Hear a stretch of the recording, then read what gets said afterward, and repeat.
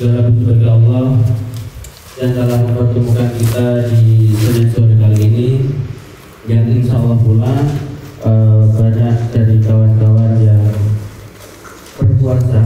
Semoga kumpulnya kawan-kawan di sini diiringi dengan doa-doa yang terbaik, hajat-hajatnya juga disampaikan, karena salah satu tamu surga adalah ketika kita berkumpul, kemudian berkumpulnya kita semoga mendekatkan diri kita kepada Allah Subhanahu wa Ta'ala.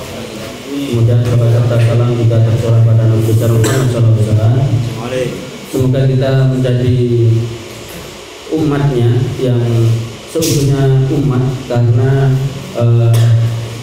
sebagian besar kaum muslimin itu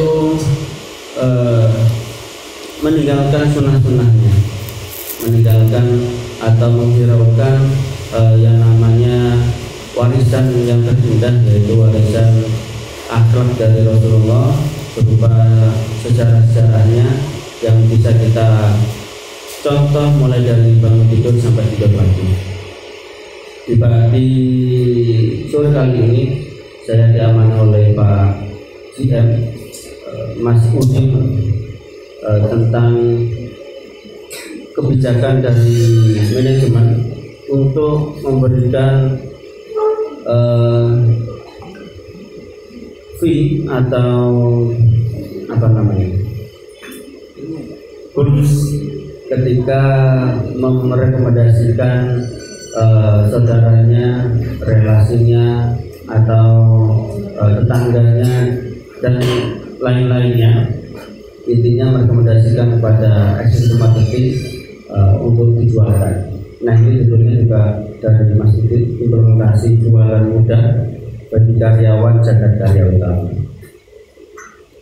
Kemudian ini juga sudah di SK-kan yang ditandatangani oleh Mas JM tentang fee karyawan jualan atau fee non eksekutif marketing. Di sini ada yang masih belum membaca atau belum tahu sama sekali, kecuali selain eksekutif marketing, bahwa merekomendasikan untuk jualan di Jagat juga mendapatkan fee. Ada yang belum tahu? Mbak apa tahu Mbak? Oh, yang membuat soalnya Mas Muhammad tahu? Nggak, belum tahu. Nah, ini masalahnya. Coba nih Mas Safi, ngerti apa orang Mas? Tidak. Wah, nggak ngerti ya. Berarti salah satu saya tugas di sini adalah sebagai jubirnya Mas Udin untuk menjelaskan tentang SK yang sudah dibuat manajemen. Sebenarnya sama Mas Udin sudah pernah di-share di grup Big Family Jagat.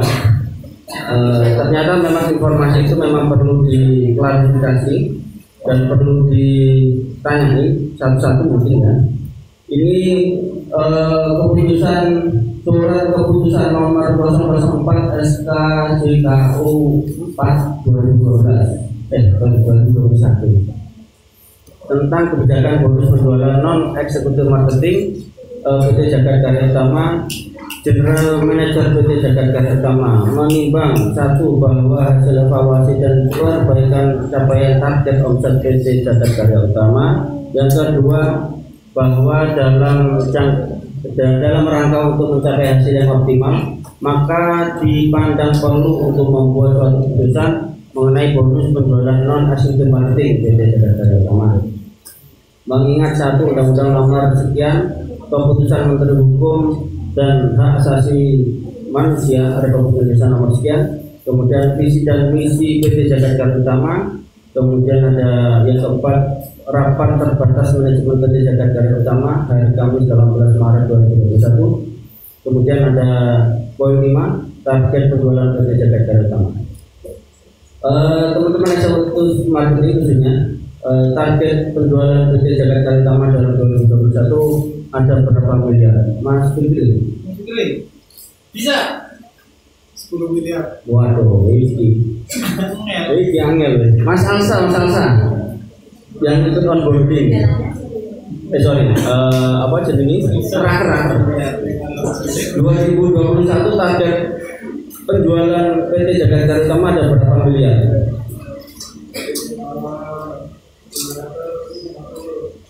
Oke, 250 miliar adalah target 2021 di PT Jakarta Utama. Sekarang masih di angka 16 sekian miliar atau 17 miliar kemarin tambahan masih bagus. Persen closing, alhamdulillah. Tanjung Pinang ya. Kemudian memperhatikan perlu diterbitkannya kebijakan terkait bonus penjualan non eksekutif marketing PT Jakarta Utama. Kemudian memutuskan penetapan ketentuan bonus penjualan karyawan non eksekutif marketing.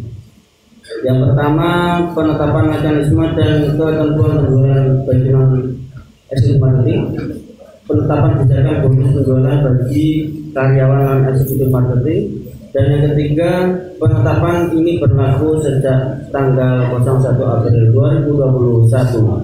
Jadi sekarang Juni sudah terlalu 2 bulan bagi kawan-kawan yang masih belum tahu, masih ya. Ini semoga tahu. Berapa nilainya dibahas di lampiran nomor 004 SK CKU 4 2021. Berdasarkan hasil rapat, PT Jakarta Utama memutuskan karyawan non eksekutif marketing selain melakukan aktivitas pekerjaan utamanya juga dapat melakukan aktivitas penjualan baik itu secara online maupun offline dengan ketentuan tetap memprioritaskan tugas dan tanggung jawab utamanya. Yang kedua, karyawan non eksekutif marketing yang mendapatkan calon pembeli maka calon pembeli tersebut wajib diteruskan kepada supervisor eksekutif marketing, sehingga untuk proses survei dan negosiasi sampai dengan pembelian akan didampingi oleh supervisor eksekutif marketing. Ini juga menjawab pertanyaan Mas Bagus tadi siang. Dan Mas Selamat, Mas Bagus, Mas Bambang, jika masih belum membaca surat yang diedarkan oleh Mas IM. Yang ketiga ada poin, jika calon pembeli tersebut melakukan pembelian, maka bonus yang diterima oleh karyawan non eksekutif marketing adalah sebesar 0,5% dari harga jual kesepakatan. Nah ini jadi pemicu buat kawan-kawan karena beberapa waktu ini 2021 bulan April sampai Juni Mas Iqbal dan Pak Agus tepatnya sudah merasakan ini. Semoga teman-teman yang lain bisa mengikuti. Amin. Kemudian lanjut sebelum saya bahas masalah bagaimana implementasinya, mungkin saya berikan penjelasan tentang deskripsi atau apa bahasanya. Bisa dilihat di video kali ini. Ini berkaitan tentang deskripsi dan kolaborasi. Nanti teman-teman bisa mengambil hikmahnya, mengambil poinnya, kira-kira hubungannya dengan penjualan, hubungannya dengan kondisi teman-teman di PT Jakarta Utama ini apa, nanti bisa disimak baik.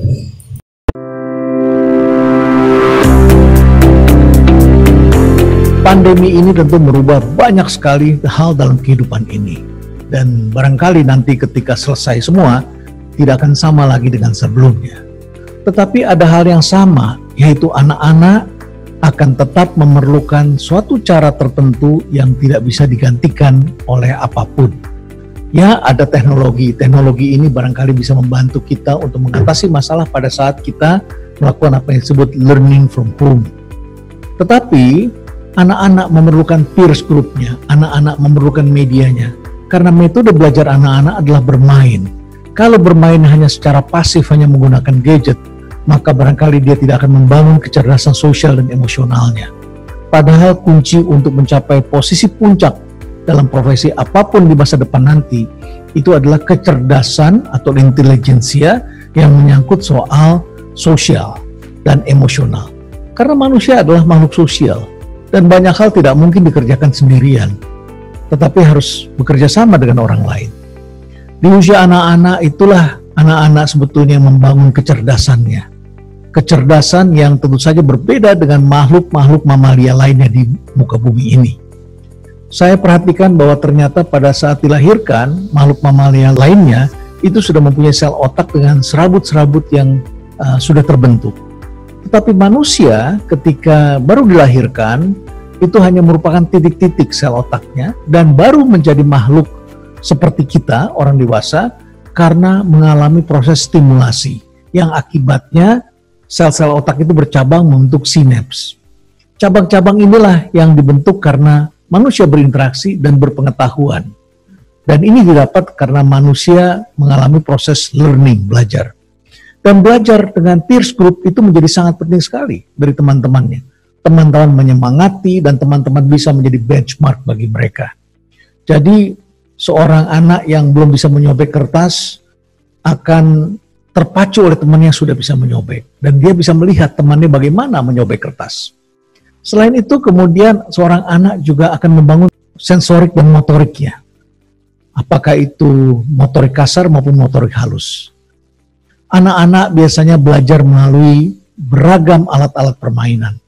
Apakah melatih motorik di dalam tubuhnya, ataupun dengan menggunakan seni peran, atau juga bermain dengan alat-alat bangunan. Jadi membuat bangunan terstruktur begitu, sehingga kemudian dia mendapatkan matematika, logika, kemudian teamwork, membagi seni peran dengan satu yang lainnya, dan akibatnya mereka menjadi makhluk yang cerdas secara sosial, emosional, dan juga memiliki kecerdasan untuk mengeksplorasi dunia ini. Jangan lupa, Steve Jobs dan Bill Gates itu drop out, tidak selesai sekolah. Tetapi mereka dari kecil dibangun dengan metode pendidikan eksploratif. Dan bulan Maret yang lalu sesungguhnya saya akan datang ke kota Medan dalam suatu proses kolaborasi bersama dengan Minos Edutainment Park.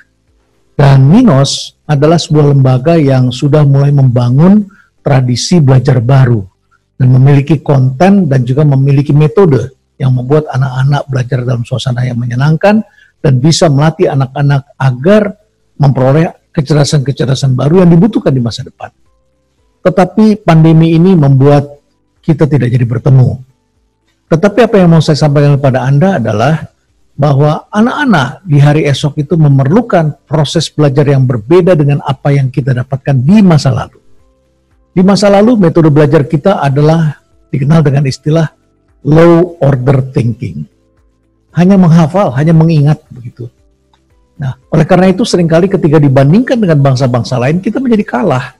Karena di negara lain sejak zaman taman kanak-kanak, sejak zaman playgroup, anak-anak sudah mengikuti proses belajar yang disebut dengan high order thinking. Jadi, tidak berhenti hanya pada mengingat atau menghafal, tetapi lanjut terus sampai kemudian menganalisa dan menciptakan sesuatu. Oleh karena itu, ketika kemudian masuk ke dalam industri, mereka menjadi inventor atau penemu, menjadi inovator, menciptakan disrupsi dengan teknologi-teknologi baru yang tidak pernah terbayangkan sebelumnya, yang mengakibatkan dunia ini menjadi lebih indah, menjadi lebih banyak pilihan, dan manusia menjadi lebih mudah bergerak. Dan itu menciptakan peradaban baru. Bayangkan kalau anak-anak kita bertarung dalam dunia internasional, yang akibatnya kemudian ketika mereka dewasa, mereka akan kalah dengan anak-anak India, anak-anak Pakistan, anak-anak Malaysia, anak-anak dari Burma, Vietnam, dari Tiongkok, bahkan dari Barat sekalipun yang datang mencari pekerjaan di negeri yang kaya ini. Kenapa? Karena kita tidak mempersiapkan anak-anak kita dengan cara berpikir yang dituntut dalam dunia global ini. High order thinking. Dan tidak cukup hanya dengan satu disiplin saja, tetapi juga multidisiplin sehingga bisa berpikir secara holistik dan menciptakan sesuatu yang tidak hanya secara teknis itu hebat, tetapi juga disukai dan juga bisa menjawab tantangan zaman. Dan harganya juga masuk, karena itu yang menentukan keberhasilan. Jadi sejak kecil kalau kita bisa menciptakan metode belajar bagi anak-anak yang menyenangkan dengan menggunakan teknologi baru, dengan menggunakan cara berpikir baru, maka ini akan bisa mengantarkan anak-anak kita ke masa depan yang baru. Disrupsi dalam bidang pendidikan ini tidak main-main. Ia akan merubah banyak hal. Dan barangkali suatu ketika kita akan sangat terkejut karena apa yang digunakan anak-anak kita atau cucu kita tidak sama lagi dengan apa yang kita pelajari di masa lalu. Sama dengan apa yang kita pelajari dulu tidak sama dengan apa yang dipelajari dan metode yang didapatkan oleh kakek-kakek kita pada waktu masa lalu. Anda mungkin masih ingat kampanyenya Donald Trump yang mengatakan MAGA, Make America Great Again. Pertanyaannya adalah, ingin membuat Amerika hebat kembali bersama dengan yang lain atau sendirian? Kita melihat Amerika memilih cara sendirian dan akhirnya kemudian terjadi kemunduran. Sedangkan kita sekarang menyaksikan dunia setengah menjalani sebuah era baru, yaitu era kolaborasi. Tak ada yang bisa dilakukan sendirian, semua dilakukan bersama-sama. Demikian pula dengan mendisrupsi pendidikan. Kita ketahui bahwa salah satu yang akan berubah sangat besar itu adalah pendidikan. Dan pendidikan seringkali kita melihat tidak bisa didisrupsi dari dalam, tapi memerlukan kolaborasi dari banyak pihak. Mari kita eksplorasi dunia baru itu bersama dengan Rumah Perubahan dan Ninos Edutainment Park. Ninos yang berkedudukan di Batam telah mengembangkan metode-metode dan juga teknik yang secara teoritis tentu dapat dipertanggungjawabkan. Rumah Perubahan memberikan fondasinya. Dan Rumah Perubahan bersama dengan Ninos sejatinya akan menawarkan kolaborasi ini kepada yayasan-yayasan dan sekolah-sekolah, serta Anda yang tertarik dalam bidang pendidikan di berbagai kota, agar bisa turut serta mengisi masa depan anak-anak dengan life skill mereka. Life skills yang kita bangun adalah life skills yang menyenangkan, dengan metode-metode yang tentu saja yang terbaru, dengan cara-cara yang membuat mereka bisa mengeksplorasi dan menemukan masa depan baru. Saya yakin ini akan bisa membuat kita menjadi survive dalam jangka panjang dan lembaga-lembaga pendidikan akan selamat bisa mengisi kebutuhan anak-anak kita yang tentu saja membutuhkan yang disebut dengan life skills itu ke depan. Life skills dalam frame high order thinking.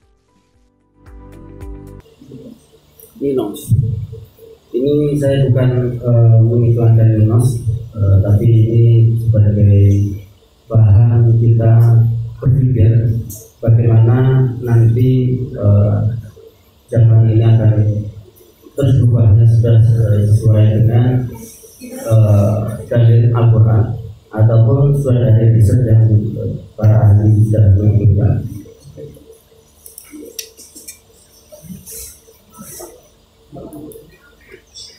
Nah, dari video itu kira-kira ada yang mau sumbang sih? Apa yang didapat? Bahas ini kayaknya. Ini. Apa Mbak yang didapat Mbak?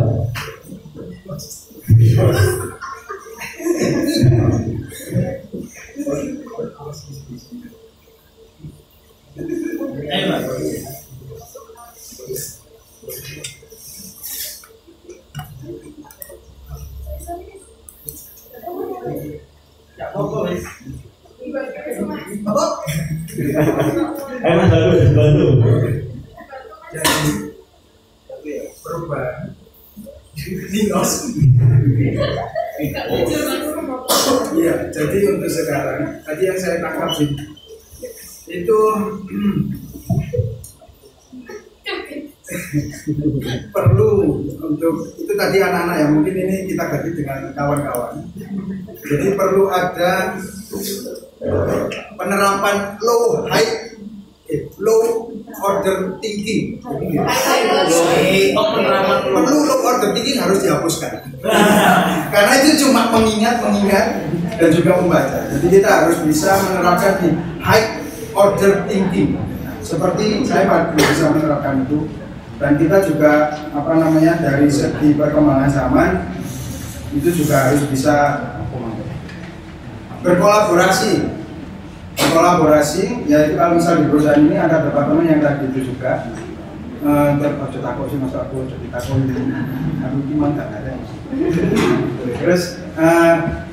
Terus dari segi komitmen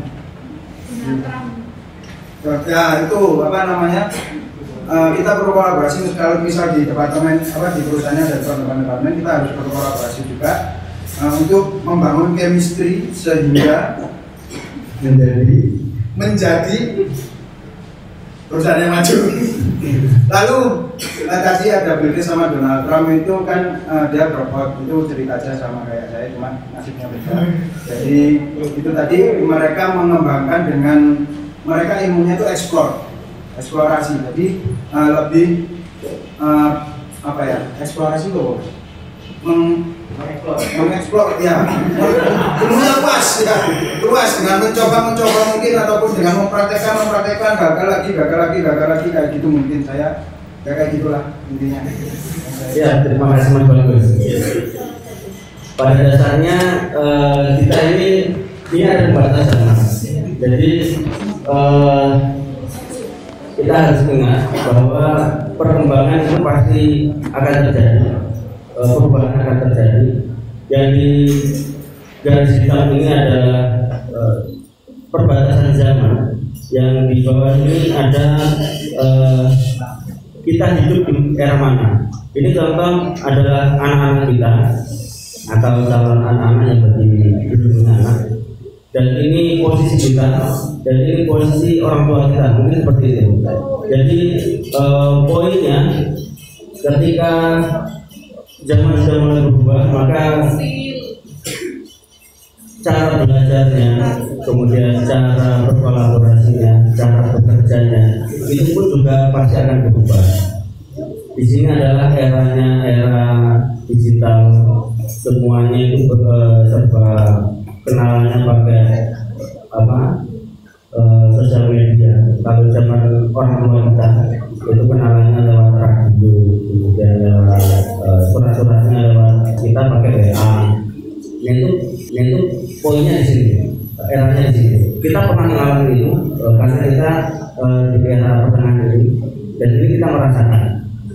Kemudian orang tua kita itu merasakan di era digital ini sedikit, karena yang panjang nanti eranya ada di sini.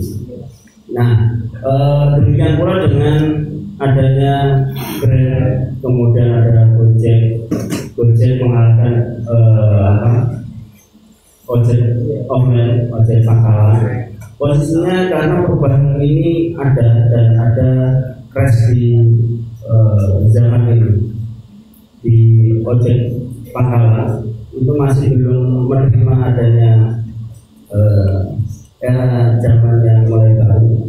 Kemudian yang ojol atau Gojek itu posisinya dia survive atau berinovasi sehingga kebutuhan pasarnya itu tahu, karena adanya permintaan pasar yang notabene tidak mau dipermainkan harganya dari ojeknya, kemudian harganya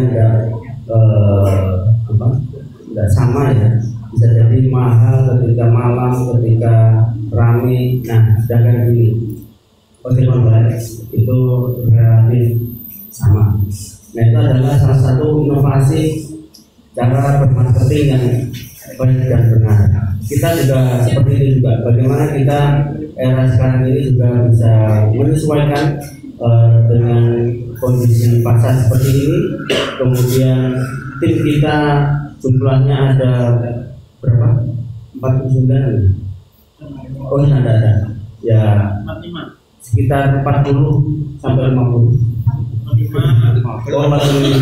Dan 45 ini bagaimana kita mengoptimalkan sehingga kita tidak terdistraksi oleh zaman. Ketika kita tidak mengikuti oleh zaman ini, maka kita yang terdistraksi, kita yang tersingkirkan karena bukan pasar. Lagi-lagi pasar yang menentukan kita terdistraksi atau enggak, bukan karena digital atau enggaknya. Itu benar, tapi yang lebih tepatnya adalah karena pasar membutuhkan kita atau enggak. Adanya keuangan karena ada yang beli sehingga butuh data, ya. Kemudian adanya sistem marketing sudah jelas untuk menawarkan. Kemudian adanya digital marketing, adanya markom, itu karena posisinya market posisinya lebih mencari informasi di dunia digital. Jadi adanya markom. Kemudian ada teknik itu pun juga karena ada permintaan pasar. Nah, pasar ini menentukan kita nanti bergeraknya seperti apa, gitu. Ketika pasar menginginkan A, kemudian kita lainnya B, bisa jadi crash di sini, seperti itu. Kemudian ketika itu menjadi alasan kita bagaimana untuk beradaptasi, berinovasi, terus apa yang harus kita lakukan untuk jualan kira-kira begitu. Kemarin diskusi di manajemen itu sudah begitu, kita harus adakan reward tersendiri bagi kawan-kawan yang notabene bukan di bidang penjualan, tapi juga ada potensi menjual. Karena saya yakin di HP-nya kawan-kawan itu lebih dari 500 nomor, entah itu saudaranya, relasinya, temannya. Nah itu tidak menutup kemungkinan juga untuk rumah, apalagi sepantarannya Mas semua yang notabene banyak kenalan yang dan para investor ini. Jadi sangat memungkinkan bisa ditarik, diinformasikan pada Mas Mat. Karena kemarin Mas Mat belum baca, wajar Mas Mat belum closingnya, belum merekomendasikan pada teman itu. Semoga selanjutnya Mas Mat bisa merekomendasikan banyak. Amin. Amin. Kemudian Mas Iqbal sudah membuktikan dari relasinya yang notabene seusia Mas Iqbal ya, di atasnya itu tanya di Mas Iqbal dan merekomendasikan, itu juga seperti itu juga. Kemudian karena eranya sekarang ini menjadi era kita, notabene kita ini masih di pertengahannya tadi. Kalau di awal itu kan anak-anak kita masih di pertengahan yang bisa survive atau enggak, karena kita di tengahnya. Kalau kita survive berarti kita bisa naik atau bisa mengikuti zaman, bisa mengikuti pasar, apa keinginannya pasar, kita bisa mengarahkannya begitu. Kemudian koneksinya juga satu bisa koneksi antara tadi di kontaknya sudah ada berapa nomor, kemudian di akun sosialnya ada berapa. Ini ada Mas Azam yang akun sosial medianya sangat banyak ya. IG-nya ada 14.000.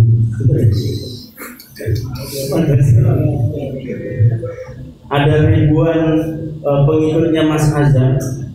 Nah, dan sebagian besarnya adalah kaum muda yang nanti setahun, 2 tahun sampai 5 tahun ke depan adalah pangsa pasar terbaik dari masyarakat.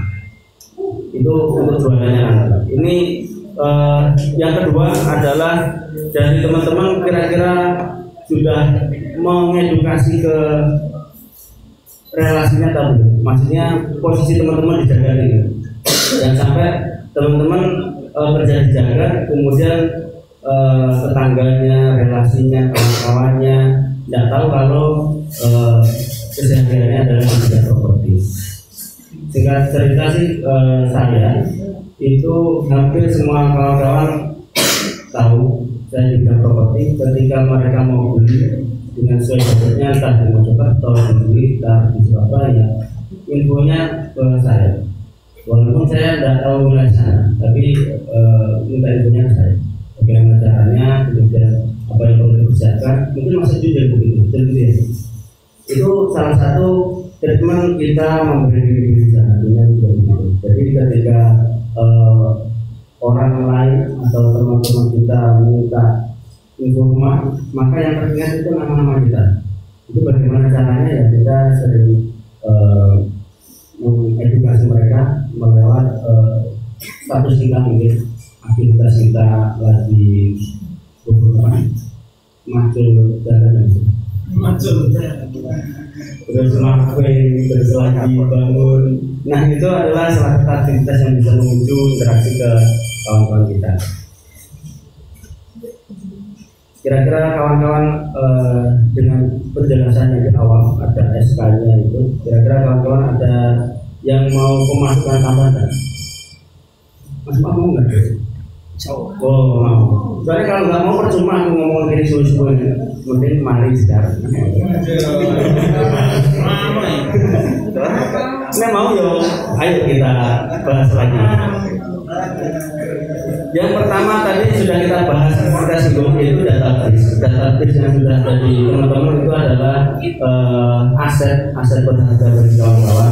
Jadi jangan harap jangan menganggap remeh pertemanan teman-teman di organisasi, di kampus kan, atau di organisasi OSIS di sekolahan. Nah itu bisa menjadi database berharga bagi kawan-kawan. Ketika mereka membutuhkan apa, kita bisa memberikan solusi apa. Kebetulan kita lagi berada di bidang properti, maka kita memberikan solusi di bidang properti. Kemudian punya berapa kontak, nomor yang di-share di HP, kita sudah bisa singgung berapa jumlah pertemanan di sosial media. Nah ini adalah database yang sudah teman-teman punya, jadi jangan disia-siakan. Karena teman-teman, kalau umpamanya kita di bidang properti jual, kemudian kebutuhannya beliau, kita tidak memberikan informasi ini, sangat disayangkan.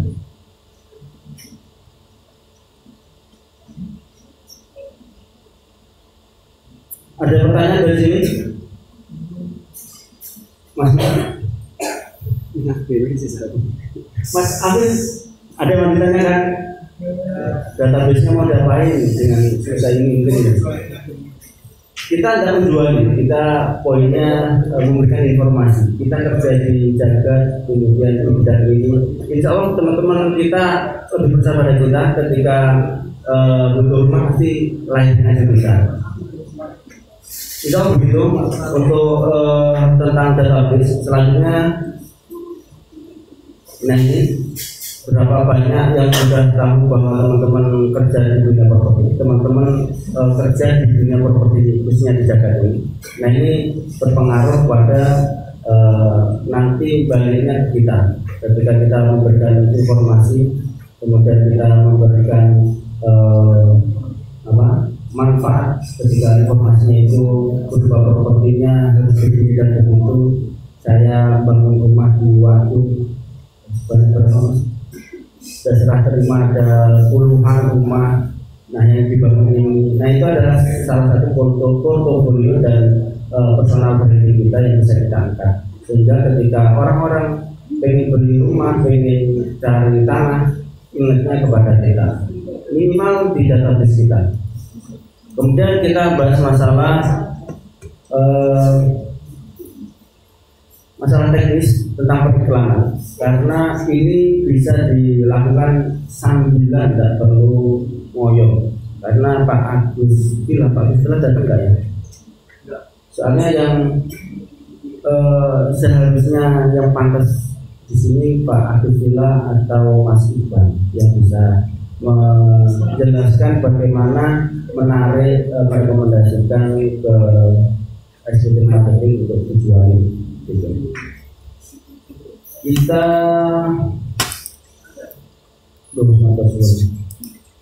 ini berarti materi terakhir ya teman-teman.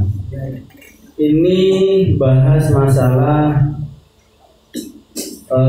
data yang sudah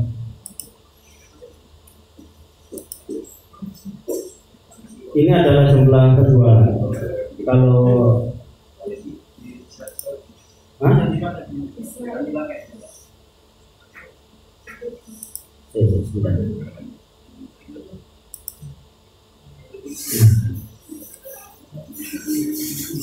lagi, data itu penting bagi kita.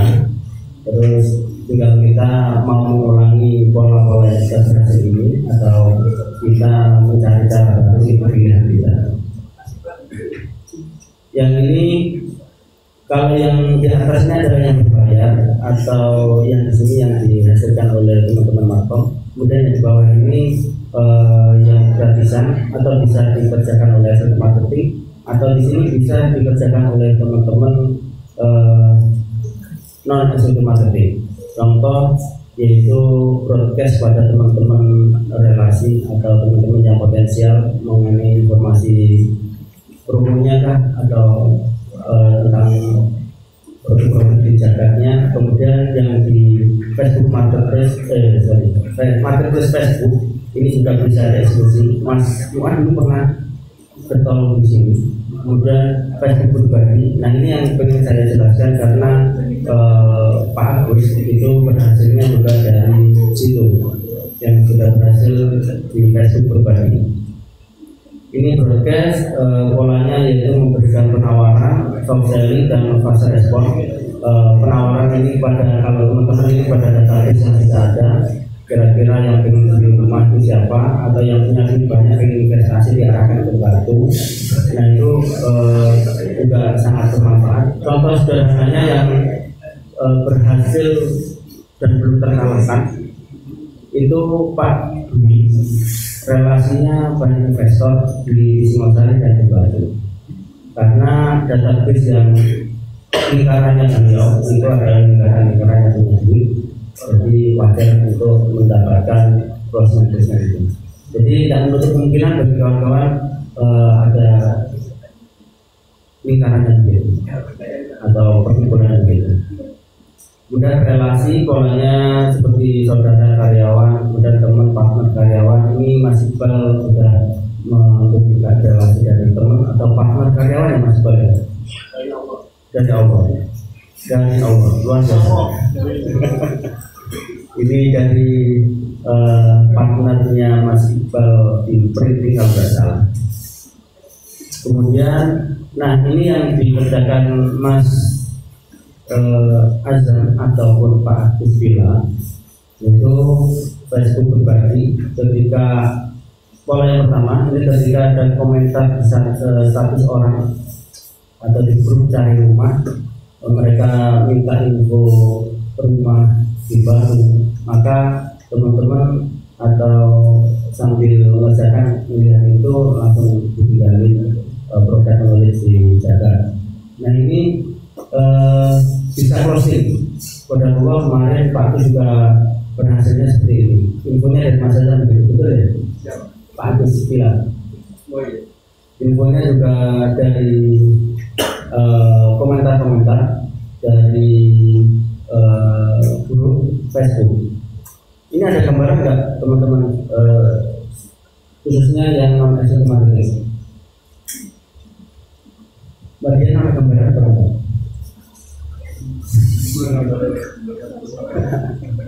Nggak ada ya. Kalau nggak ada coba tak buka Facebook ya.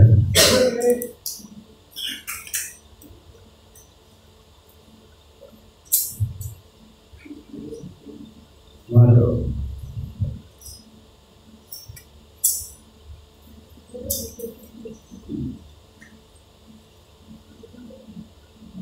Ini sebenarnya bebas kawan, ingin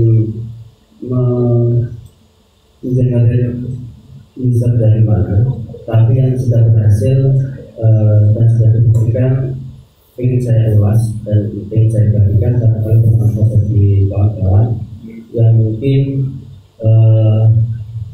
dalam aktivitas kerjanya buka Facebook, kemudian ada yang minta info rumah, kita tergerakkan untuk memberikan informasi.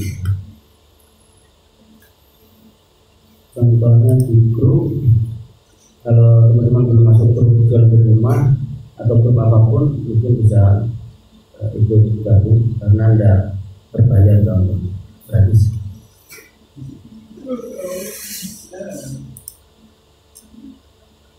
Contoh di grup ini, kemudian di bawahnya di sini ada yang cari rumah, maka teman-teman bisa memberikan informasi di sini. Tapi di sini kebetulan lagi jualan semua.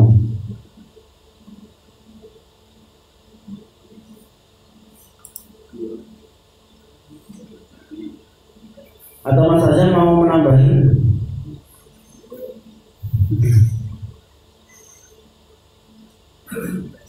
Ya, ini lagi jualan semua.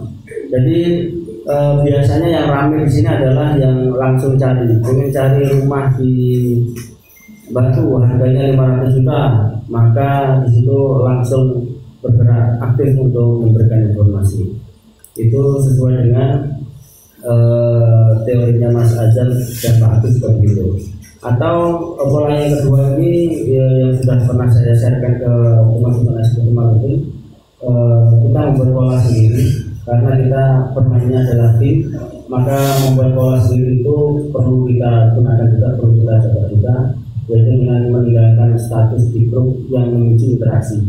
Jadi banyak interaksi di Facebook atau ketika kita meninggalkan status di grup itu banyak yang meninggalkan jualan, maka secara tidak langsung user atau calon pembeli itu melihat seberapa banyak kompetitor atau yang sesuai dengan keinginannya. Ketika yang diinginkan adalah produk kita, maka ada transaksi di situ. Tapi kalau tidak, berarti ada transaksi di luar kita. Begitu kawan-kawan, kurang lebihnya. Sebenarnya cuma ingin menyondingkan bahwasanya ada SK setelah keputusan dari Pak GM tentang fee non executive marketing yang nominalnya berapa Mas? 0,5%. Kalau teman-teman closingnya 1 miliar, maka 5 juta bisa didapat langsung. Itu yang bisa saya sampaikan. Kalau ada yang ditanyakan, monggo bisa didiskusikan. Kalau ada yang mau disanggah atau Mas Bagus ada yang mau disampaikan, paham ya? Paham ya? Mas Gun, ngantuk Mas? Tidak, aku ngantuk. Jadi tetap pulang Mas. Terima kasih kawan-kawan. Mohon maaf kalau ada salah kata dan perbuatan. Semoga yang sedikit ini bisa bermanfaat bagi kawan-kawan dan bisa merekomendasikan kepada eksekutif marketing, karena sebagai manusia adalah manusia yang bermanfaat bagi orang lain. Kita niatkan apa yang kita ikhtiarkan